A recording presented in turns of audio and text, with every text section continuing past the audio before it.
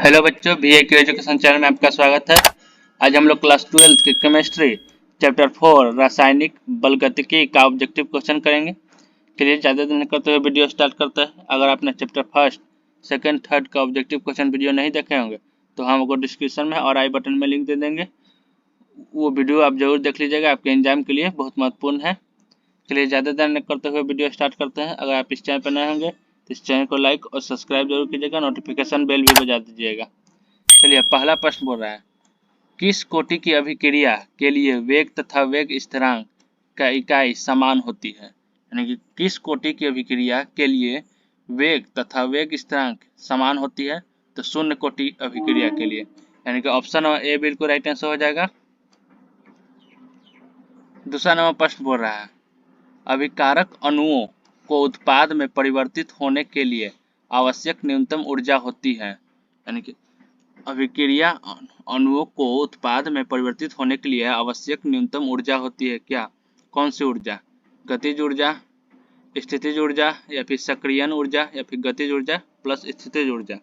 इसका सही आंसर हो जाएगा ऑप्शन नंबर सी, सक्रियण ऊर्जा, यानी कि ऑप्शन नंबर सी का जो सी होगा।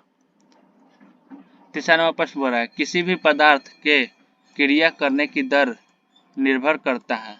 नहीं, कोई भी पदार्थ की क्रिया करने का दर निर्भर किस पर करता है?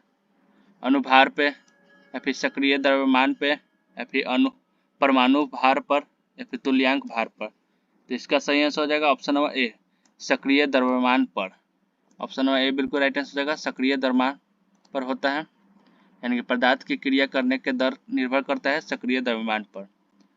चौथा नंबर प्रश्न बोल रहा है, किसी भी अभिक्रिया में उत्प्रेरक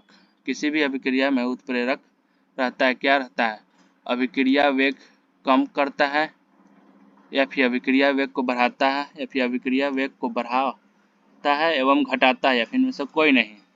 तो इसका सही आंसर हो जाएगा ऑप्शन नंबर सी, अभिक्रिया वेग को बढ़ाता एवं घटाता है, यानी कि दोनों काम करता है। यानी किसी भी अभिक्रिया में उत्प्रेरक क्या करता है? अभिक्रिया वेग को बढ़ाता घटाता दोनों काम करता है, यानी कि ऑप्शन नंबर सी बिल्कुल राइट आंसर हो जाएगा। 5वां नंबर प्रश्न बोल रहा है, प्रथम कोटि के अभिक्रिया का अर्ध आयु निर्भर नहीं करता है। यानी कि जो प्रथम कोटि की अभिक्रिया का अर्ध आयु किस पर निर्भर नहीं करता है? किस पर निर्भर नहीं करता है? इसका सही आंसर ऑप्शन नंबर ए, प्रतिकारक एवं प्रारंभिक संदरण पर, यानी कि ऑप्शन नंबर ए बिल्कुल राइट आंसर हो जाएगा 5वां के। 6ठा नंबर प्रश्न बोल रहा है, प्रथम कोटि की अभिक्रिया के लिए वेग स्थिरांक की इकाई होती है। तो प्रथम कोटि की अभिक्रिया के लिए वेग स्थिरांक की इकाई होती है, क्या होती है? तो समय इन्वर्स, यानी कि समय के पावर -1 होता है। इसको हम 1/, समय भी कह सकते हैं। क्या क्या कह सकते हैं इसको? 1/, समय भी हम लोग कह सकते हैं। चलिए ऑप्शन नंबर ए बिल्कुल राइट आंसर हो जाएगा।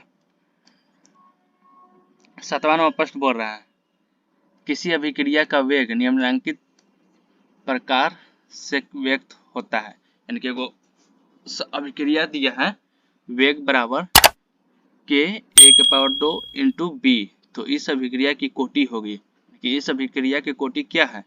तो ये 2 तो जो है ये है, और यहाँ पे 1 छुपा हुआ रहता है, तो +1 यानी कि 3।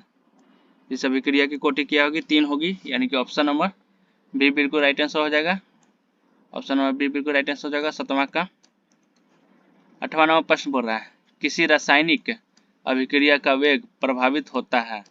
किसी रासायनिक अभिक्रिया का वेग प्रभावित होता है किससे? ताप से, दाब से, सांद्रता से, या फिर तनुता से?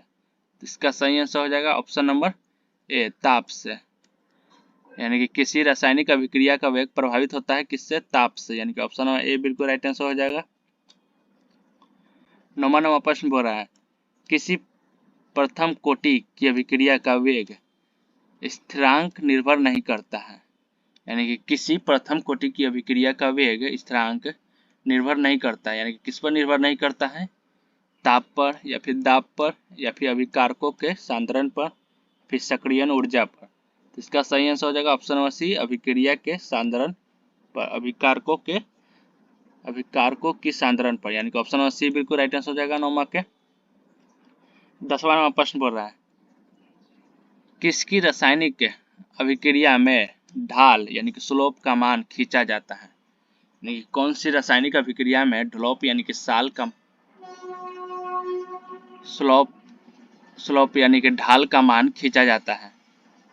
ताप और दाब के मध्य या फिर दाब एवं सांद्रता या फिर लॉग के तथा 1/T के मध्य या फिर ताप एवं √P के मध्य। तो इसका सही आंसर हो जाएगा 10वां के option number C. Option number C बिल्कुल राइट आंसर हो जाएगा। ऑप्शन नंबर सी बिल्कुल राइट आंसर हो जाएगा 10वां के। 11वां नंबर प्रश्न बोल रहा है किसी शून्य कोटि की अभिक्रिया की दर यानी कोई शून्य कोटि की अभिक्रिया की दर क्या होगा? तो निश्चित होती है। यानी किसी भी शून्य कोटि की अभिक्रिया का दर क्या होती है? निश्चित होती है। यानी कि ऑप्शन नंबर ए बिल्कुल राइट आंसर हो जाएगा। 12 नंबर प्रश्न बोल रहा है प्रथम कोटि की अभिक्रिया के लिए T1/2 का मान होता है। यानी कि T1/2 का मान कितना होता है? इसका सही आंसर हो जाएगा ऑप्शन नंबर बी बिल्कुल राइट आंसर होगा 0.693/केल्विन। यानी कि ऑप्शन नंबर बी बिल्कुल राइट आंसर हो जाएगा। 12 के 13 नंबर प्रश्न बोल रहा है शून्य कोटि की अभिक्रिया के लिए वेग स्थिरांक की इकाई होती है। शून्य कोटि की अभिक्रिया के लिए वेग स्थिरांक की इकाई होती है। क्या होती है इकाई?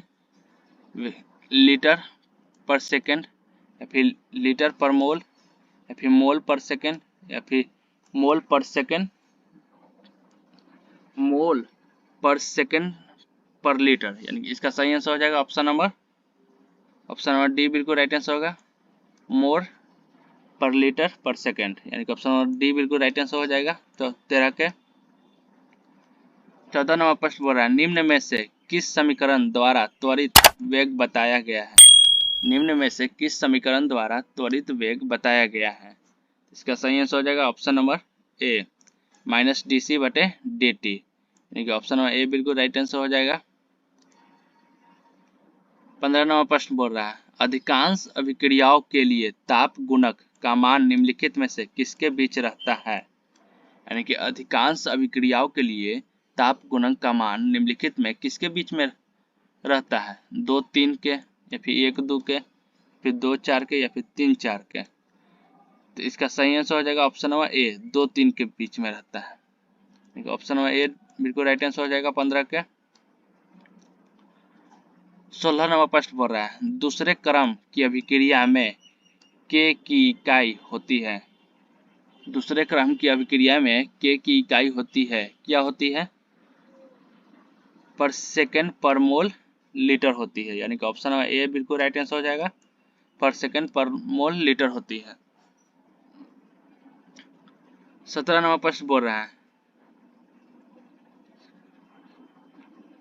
किसी वस्तु के प्रतिक्रिया करने का दर निर्भर करता है। यानी कि कोई भी वस्तु जो प्रतिक्रिया करता है उस कौन से दर पर निर्भर करता है? परमाणु भार पे या फिर समतुल्य भार पे या फिर अनुभार पे या फिर सक्रिय भार। इसका सही आंसर हो जाएगा ऑप्शन नंबर डी सक्रिय भार। ऑप्शन नंबर डी बिल्कुल राइट आंसर हो जाएगा। किसी भी वस्तु का प्रक्रिया करने का दर निर्भर करता है सक्रिय भार पर। यानी कि ऑप्शन नंबर डी बिल्कुल राइट आंसर हो जाएगा 17 के। 18 नंबर प्रश्न बोल रहा है किसी रासायनिक अभिक्रिया की दर यानी किसी रासायनिक अभिक्रिया की दर क्या होती है? बढ़ती समय के साथ बढ़ती है या फिर समय के साथ घटती है या समय के साथ घट बढ़ सकती है या फिर समय के साथ स्थिर रहती है। इसका सही आंसर हो जाएगा ऑप्शन नंबर बी समय के साथ घटती है। नहीं किसी रासायनिक अभिक्रिया की दर क्या होती है? समय के साथ घटती है। यानी कि ऑप्शन नंबर बी बिल्कुल राइट आंसर हो जाएगा। 19 नंबर प्रश्न बोल रहा है अनुकता किस प्रकार का मान है? अनुकता किस प्रकार का मान है? प्रायोगिक, सैद्धांतिक या फिर दोनों या फिर इनमें से कोई नहीं। इसका सही आंसर हो जाएगा ऑप्शन नंबर बी सैद्धांतिक। अनुकता किस प्रकार का मान है? सैद्धांतिक मान है। यानी कि ऑप्शन नंबर बी बिल्कुल राइट आंसर हो जाएगा 19 के। 20 नंबर प्रश्न बोल रहा है प्रकाश रासायनिक अभिक्रिया की कोटि है। यानी कि प्रकाश रासायनिक अभिक्रिया की कोटि है क्या है? 0, 1 या फिर 2 या फिर 3। इसका सही आंसर हो जाएगा ऑप्शन नंबर ए 0 है। यानी कि प्रकाश अभिक्रिया की कोटि होती है 0। यानी कि ऑप्शन नंबर ए बिल्कुल राइट आंसर हो जाएगा 20 का।